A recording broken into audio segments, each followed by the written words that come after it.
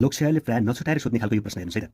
यदि चामलको मूल्य 25% ले वृद्धि हुँदा खपतमा कति प्रतिशतले कमी गर्नुपर्छ ताकि खर्चमा कुनै फरक नपरोस् भनेको छ। यो भनेको के हो पहिले प्रश्न बुझ्नुहोस्। यदि चामलको मूल्य हेर्नुहोस् है, चामलको मूल्य सरकारले 25% बढाउँदा मान्छेसँग पैसा उति नै हुन्छ। त्यसो हुँदा हामीले पैसा तिर्न सक्दैनौँ भने हामीले अब के गर्नु पर्यो? खानेकुरामा कमी गर्नु पर्यो। हामीले कम खान पर्यो। भने कति प्रतिशतले कम खानु पर्यो ताकि हामी जति पैसा छ त्यही पैसाले हामीले चाहिँ यो तिर्न सकौँ भन्ने खालको कुरा गरेको हो। त्यसो हुँदा हामीले योबाट के गर्नु पर्यो? सुरुमा मानौँ, सुरुमा के गर्थ्यो?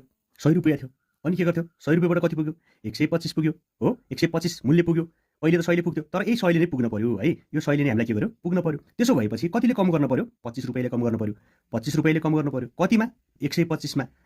125 मा। तर हामीले यता पर्सेन्टेजमा सोधेको छ। त्यसो भए के गर्नु पर्यो? इन्टु 100 गर्न पर्यो। त्यसपछि 25 एका 25, 25 पन्जे 125 अनि 5 बिसान 100 भनेपछि कतिले गर्नु पर्यो?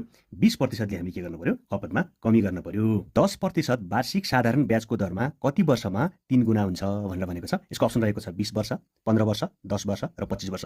यदि यो तपाईहरुले मिलाउनु भयो भने तपाईको तयारीको लेभल एकदम राम्रो छ। सबैजना कमेन्ट गर्नुस् है त।